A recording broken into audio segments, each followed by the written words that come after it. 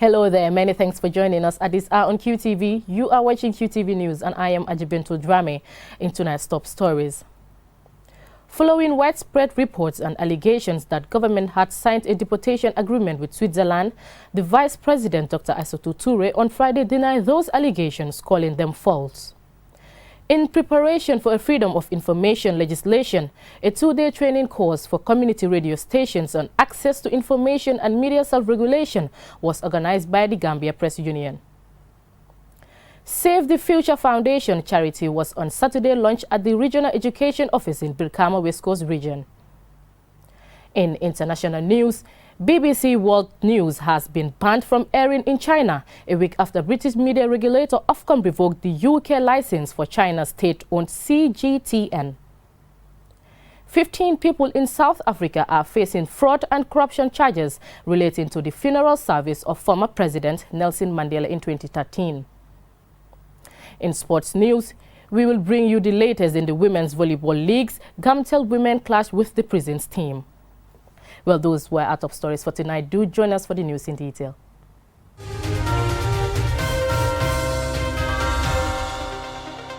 Following widespread reports and allegations that government had signed a deportation agreement with Switzerland, the Vice President, Dr. Aissatou Toure, on Friday denied those allegations, calling them false.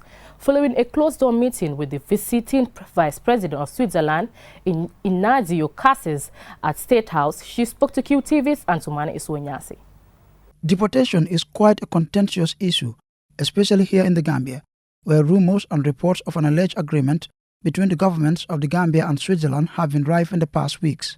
This follows the Vice President's highly publicized visit to Bern on January 12, during which she signed two cooperation agreements on aviation and migration. However, the latter drew widespread criticism, with many alleging that deportation was embedded in the said agreement.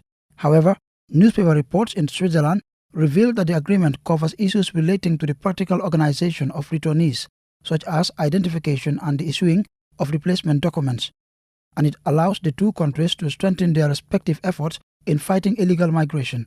Similar migration cooperation agreements have been signed with 8 other countries on the African continent, among them Angola, Cameroon, Benin and Tunisia.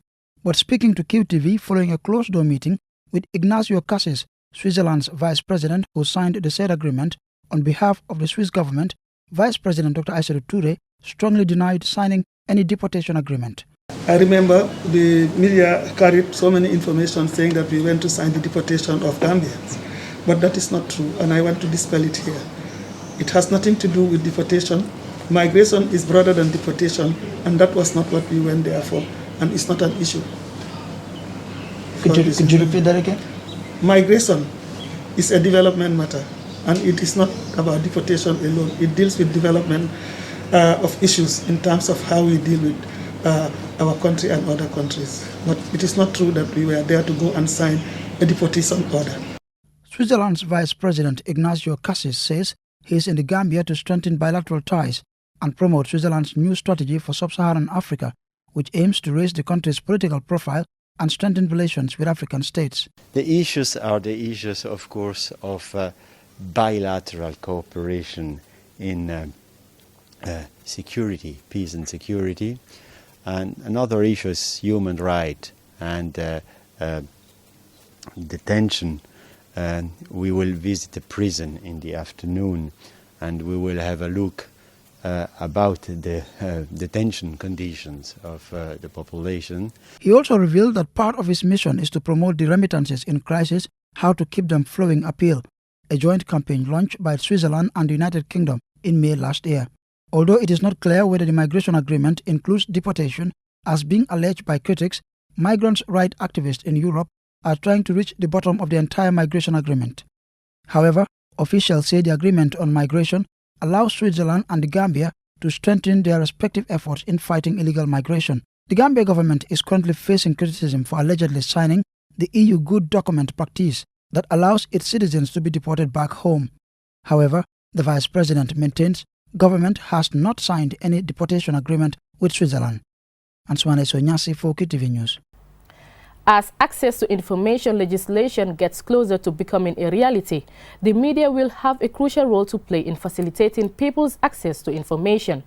In anticipation of this change, a two-day training course for community radio stations on access to information and media self-regulation was organized by the GPU at the FIFA Gold Project in Yundum. Omar P. Jallo tells us more.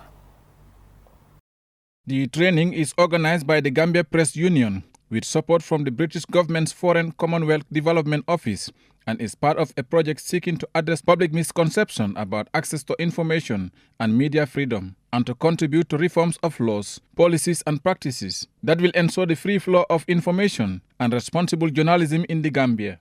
At the opening ceremony, the president of the Gambia Press Union, Sirif Bojang Jr., said the objective of the training is to educate members from the 8 community radio stations across the country on the importance of the Access to Information Bill 2019 and media self-regulation, as well as implementation and monitoring processes when the bill is passed into law by Parliament. In this country, television stations, there are parts in the country where people do not access television coverage, where newspapers hardly reach or do not reach at all. People struggle for bread and butter, but what is always intriguing in this country is the fact that even places where people struggle with livelihood, they have radios, sets. And as community radios and community radio broadcasters, you are always the link between them and the people.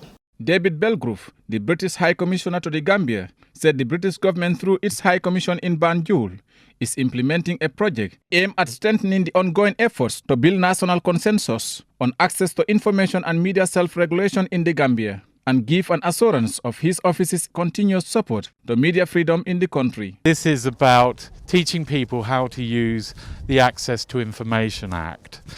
We believe this is a very important part of consolidating democracy in the Gambia. It means that people can actually ask questions of their government and talk to them in a spirit of transparency and find out the information that they need to inform their public. Junkung Jobate from the Media Council explained the roles and functions of the Media Council and gives an assurance of the Council's commitment to ensuring the public trusted media practitioners. So the council is there basically not to punish. It's not a punitive institution, but an institution that can work with the media as well as those who are aggrieved by media publications to create that vibrant and independent media. The president of the network of community radios in the Gambia, Yusfa Bojang, commended the GPU for the training and encouraged the participants to take ownership of the event and utilize the knowledge gained. We cannot make headway, or this country cannot go forward without your active participation in informing the masses, the communities that you serve in. Binta Jao, a participant, is hopeful that at the end of the 2 days training, she will be well informed about the Access to Information Bill. And this could help us very well in our work because all of us know the importance of information to the community, especially those at the grassroots. Access to information is a fundamental human right as declared by the United Nations General Assembly in 1946. If the bill is adopted by Parliament, it is expected to greatly enhance the Gambia's emerging democracy. Reporting for QTV News, I am Omar P. Jallo. A charity, Save the Future Foundation, was on Saturday launched at the Regional Education Office in Birkama, West Coast Region. Our reporter Babu Kasi attended the event and he tells us more. Save the Future Foundation started operating last year to fight against hunger, support the differently abled persons, orphans, and other vulnerable people in our society. At the launch, Bakari Konate, a member of the foundation, gave a brief background of how and why the organization was set up. Save the Future Foundation is like any other charity foundation. But what makes us very different is that we are very, very action-oriented, because you could see as baby as we are as a foundation, we have achieved a lot. You will understand that the foundation has a lot in store also. We have a lot of programs that are coming. We have written so many proposals, up to 4, and all of these proposals shall be pursued to make sure that they are accomplished as a very, very important achievement for the foundation. Salimatu Fati, the founder of Salimatu Foundation, says more humanitarian foundations are needed in the country to help change the lives of people in need. If you are running humanitarian service to people, funding is really, really crucial. But know that all the money that you have received is not meant for your pocket. It's meant for people that you are going to assist.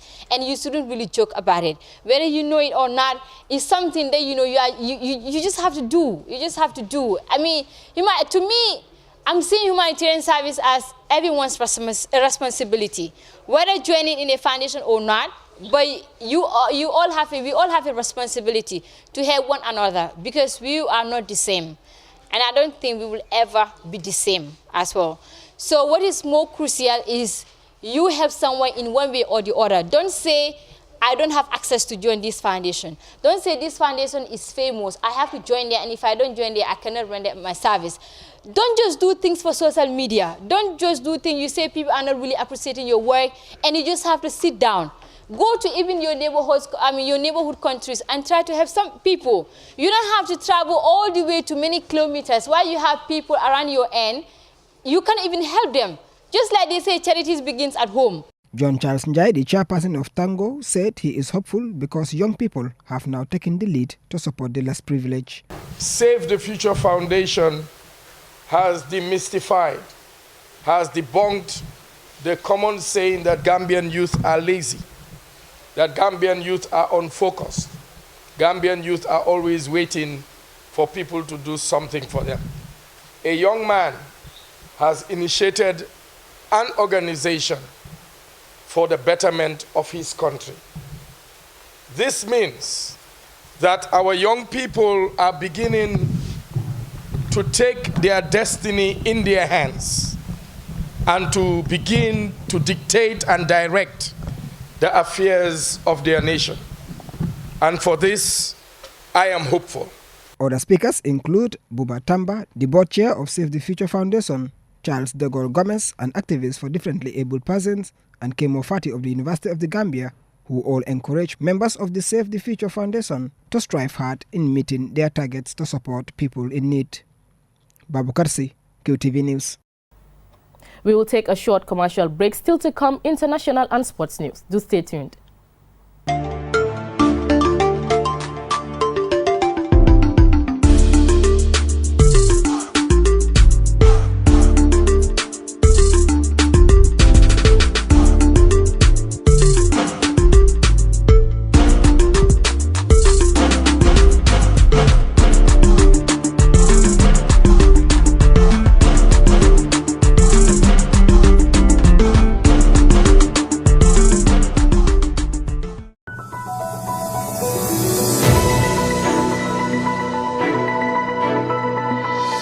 Welcome back from that short commercial break. If you're just tuning in, this is QTV News.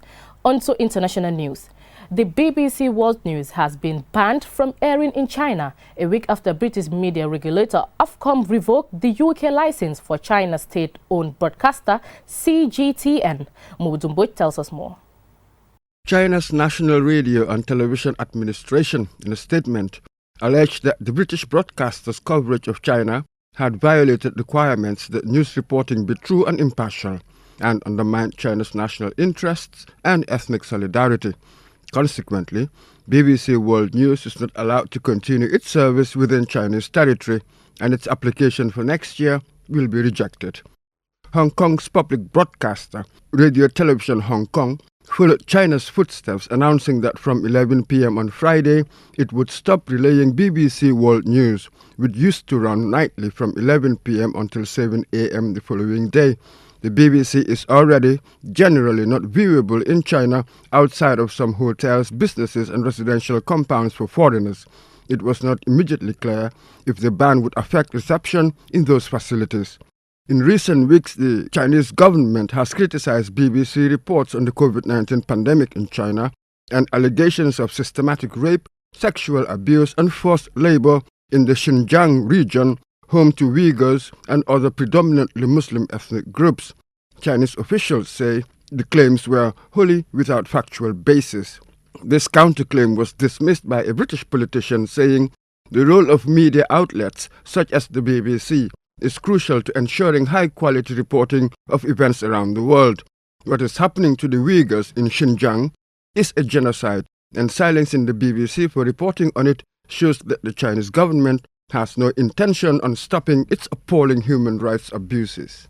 The Chinese action is seen as a response to the decision this month by Britain's communications watchdog, the Office of Communications, commonly known as Ofcom, to revoke the broadcast license for China's global television networks, CGTN, China's English-language satellite news channel. For its decision, Ofcom cited the links between CGTN and China's ruling Communist Party, alleging that the news channel follows the Chinese party line about Xinjiang and other ethnic minority regions. The channel had previously been rebuked by Ofcom for allegedly broadcasting biased coverage of Hong Kong's democracy movement. CGTN said Ofcom had been manipulated by extreme right-wing organizations and anti-China forces. Losing its British broadcasting license was a blow for CGTN, according to observers, since the channel acted as its European operations hub, and some kind of reprisal against the BBC was seen as inevitable. The latest spat between the two countries is yet another sign of plummeting relations between them, even though China is one of UK's main trading partners. The deteriorating relations have been blamed on China's imposition of new security laws in UK's former colony, Hong Kong, and a broader crackdown on dissidents.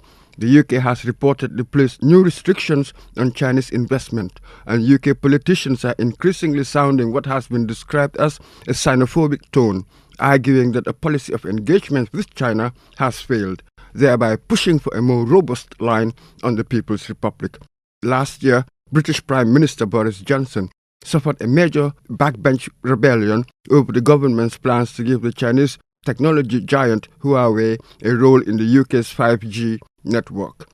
The tech giant has been accused of working with the Chinese government, raising security concerns. In July, the government, in a volte-face, reversed its policy. To many analysts and top UK Treasury and Foreign Office officials, Britain can ill afford this tit-for-tat diplomacy and xenophobia. They say the UK will need Chinese investment to kickstart an economy in recession. And for many Brexiteers, part of the post-EU global Britain vision involved much greater trade with China. Some have argued that the underlying difficulty for Britain is that there is superpower rivalry between America and China, and Britain is caught in the crossfire.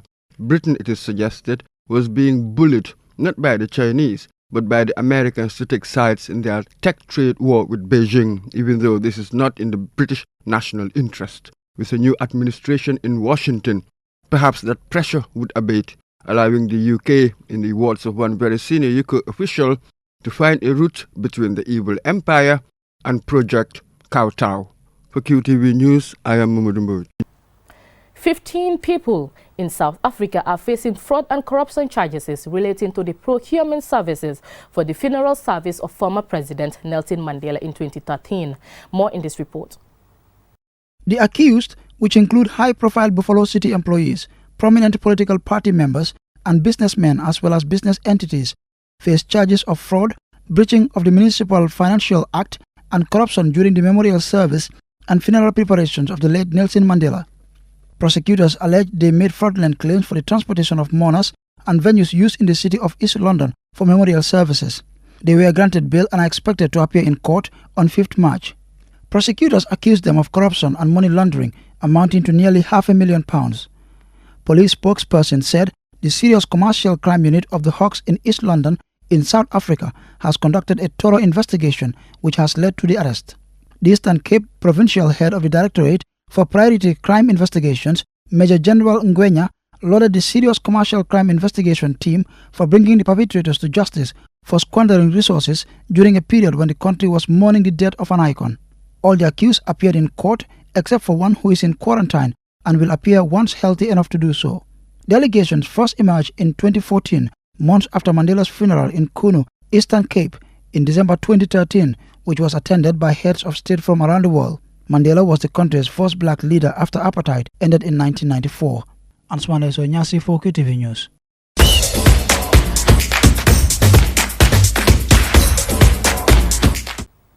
And now onto sports news. If there is one sport in the Gambia whose athletes are passionate about, the game is undoubtedly volleyball. Our reporter Modu Gajaga attended Prisons vs Gamcel League match on Friday, and he now reports.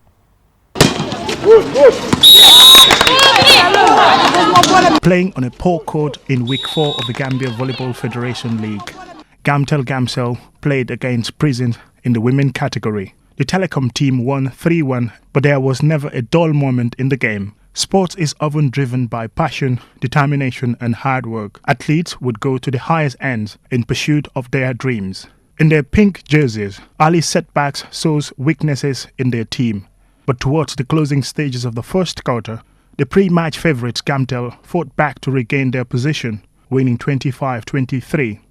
In the second quarter though, Prison women team gave Gamcel the shock of their game, winning in a close affair 25-23, equaling the score, 1 set apiece. Both teams showed a show of passion with great game spirit, players embracing each other even if they had poor control, resulting to their team conceding points. As the game progresses into the third and final quarter, the Telecom women showed great play with intensity, which could not be resisted by their opponents, as the scoreline in the fourth quarter indicated. Mariama Sao, one of Gamcel's most influential players, says she is happy with her performance. Yeah, I'm really happy and I'm really proud of my girls because they played very well. I really played good today because I was the team passer before, but when Ancha came, we changed. Now I'm playing technical. I played very well, and it's my first game today to play as technical player. Prison lost the game to a more fancied Gamcel side, but their coach remains optimistic, promising a comeback in the return leg. Team was very much play well. I'm expecting a win, but unfortunately I could not win due to the second mistakes that my players have in the court.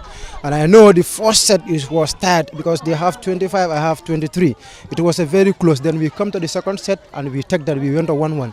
Then the third set, the only experience that they have, they use that experience against me. That's why they win the third set and then the last set. Inshallah, by the grace of God, when they come to my court, because you look at the environment of this court is not that much big, but for that of our court where we do normally play our home game, that's Serakunda East, that court, that's where we train and we know that court very well. Inshallah, when we come back there, I wish you came there, I'm going to win the game, inshallah, by the grace of God. Coach Amadou Jaju says his team could have done better despite their victory. I feel delighted because this is what I'm expecting from them, because we need to win each game for us to be able to win the league. This is just the fourth game, but still we have more things to improve. Yeah, this is sport. Although they let me down, but you know, I'm expecting something, because if you can see this week our training is poor. Some of the players, they don't even come the whole week. They don't come for training. The Telecom team play their next game against Hamza Barak on Sunday, while Olymp Africa host Gambia Armed Forces in both the male and female categories. Mamudu Kachaga, Qtv News. Before we end this bulletin, let's take a quick look at our main stories. Following widespread reports and allegations that government had signed a deportation agreement with Switzerland, the Vice President, Dr. Essotu Toure, on Friday denied those allegations in an interview with QTV's Ansumana Isonyasi. As access to information legislation gets closer to becoming a reality, a 2-day training course for community radio stations on access to information and media self-regulation was organized by the Gambia Press Union. Save the Future Foundation charity was on Saturday launched at the Regional Education Office in Brikama, West Coast Region. In international news, BBC World News has been banned from airing in China a week after British media regulator Ofcom revoked the UK license for China's state-owned CGTN. 15 people in South Africa are facing fraud and corruption charges relating to the funeral service of former President Nelson Mandela in 2013. In sports news, we brought you the latest in the women's volleyball leagues. Gamcel women clash with the Prisons team. Well, that's it from me in tonight's bulletin. Do join us tomorrow for the Week in Review. Bye for now.